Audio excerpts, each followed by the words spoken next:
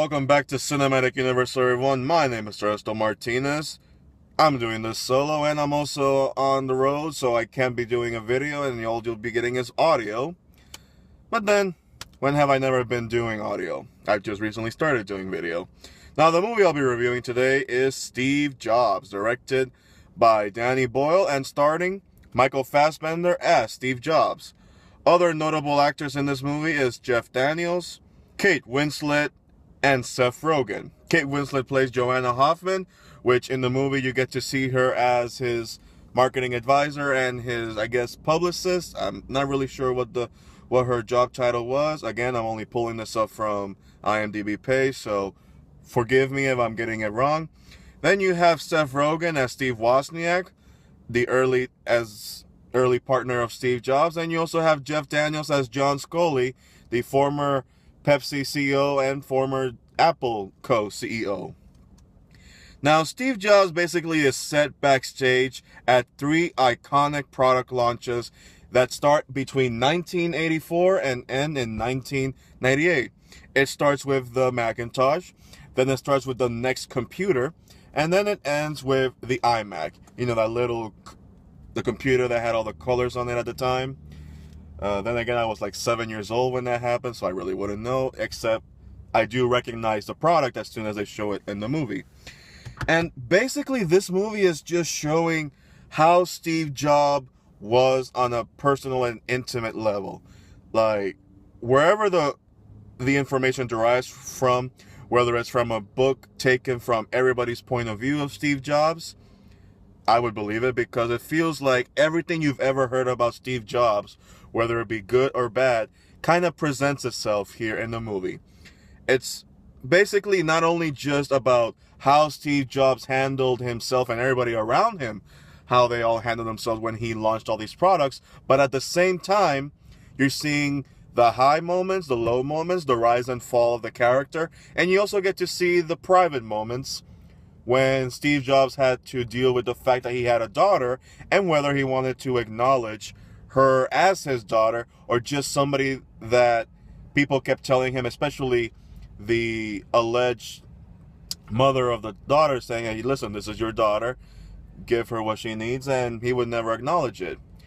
Now, obviously, as everybody's ever seen or heard, Michael Fassbender, as great of an actor that he is, does not look 1 ounce of what Steve Jobs is. He doesn't look like him. And that can be good or bad. Sometimes I've known people have said that the actor doesn't have to always look like the character, whether they have to portray a actual figure, but you know, sometimes it helps and sometimes it's distracting when they don't even look like them. In this case, even though he doesn't look like Steve Jobs, I'll say right now, Michael Fassbender did an amazing job. If this movie weren't called Steve Jobs and it was just a fictional telling based on actual people and actual events, and they could have called it something else, sort of like Halt and Catch Fire, nothing would have changed. It will still be a great freaking movie. And this is a great freaking movie in the sense that the script by Aaron Sorkin is astounding. I mean, great thing about Aaron Sorkin is the dialogue that he's always coming up with. And if you can find actors whose caliber can match the caliber in writing from Aaron Sorkin, then you're great. You're gold. And I feel that both Seth Rogen, and that says a lot, especially coming from me because I haven't been exactly a fan of Seth Rogen since Knocked Up came out. If you have Seth Rogen, Jeff Daniels, Kate Winslet, and Michael Fassbender performing the hell out of this script, then you know this is something that you really have to see. Now, the thing about Steve Jobs is that I have no love nor hate for the man. I just acknowledge his existence, and I acknowledge that he did make some historical and innovative things in the world that we see today. This is a man who, as you see in the trailer, he didn't build anything, he didn't create anything, he just had an idea and how far he could see that idea evolve as the years went by. He saw the best in everything and also the best in everyone, in the sense that here's a product. He knows how it works, even though he doesn't know how to build it, but he can push that product as far as that product can go because he can bring out the potential in that product. And that also happens when he's dealing with the people around him. He knows that there are some very talented people working with him on all the products he's making, and he pushes them, even though he makes enemies or he pisses off very close friends. And that's the thing. This movie talks about a man who is the very definition of a genius, but he's also a flawed individual. The problem with geniuses, most of them, they very smart, but as smart as they are, they can't seem to notice or realize how they behave around other people. So the way this movie really ends is that it wants you to form your own opinion on Steve Jobs. It wants you to form your own opinion on how are you going to feel when you meet somebody like this. I remember a friend, he told me that the best thing you can have in the workplace is a person who you can describe or categorize as an asshole, basically speaking. And sometimes you need an asshole to help you push boundaries of what you can do and what you can't do. Because, you know, sometimes people like that will be either your best friend or the best people you can have on your side.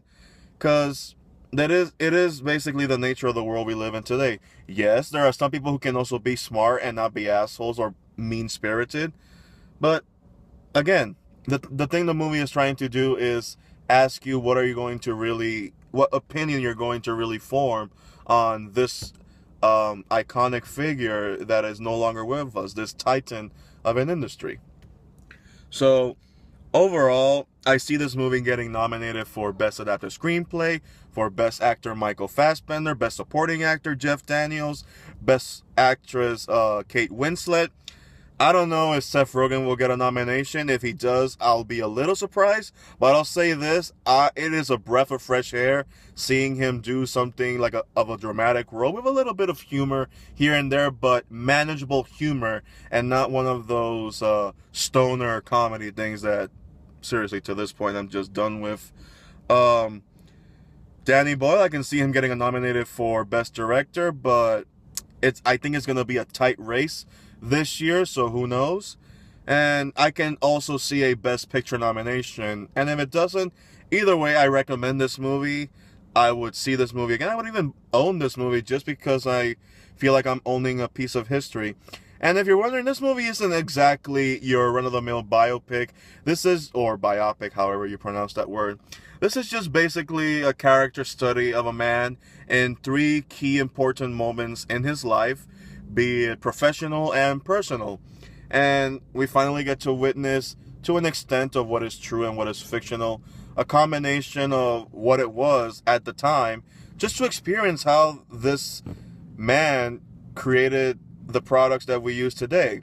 Because really, it's all about giving people the tools and the access to information that aren't already available to them. And this movie basically does just that. So for my money, I give this movie 4 out of 5. Yeah. So if you want to see a movie with great acting and great script writing, this is the movie for you. My name is Ernesto Martinez. Thank you all for listening. You can follow me on Twitter at MartinezXYZ. You can find me on YouTube Cinematic Universe if you're already watching this video on YouTube. And you can also find me on moviepilot.com Cinematic Universe. Thank you all. Bye-bye.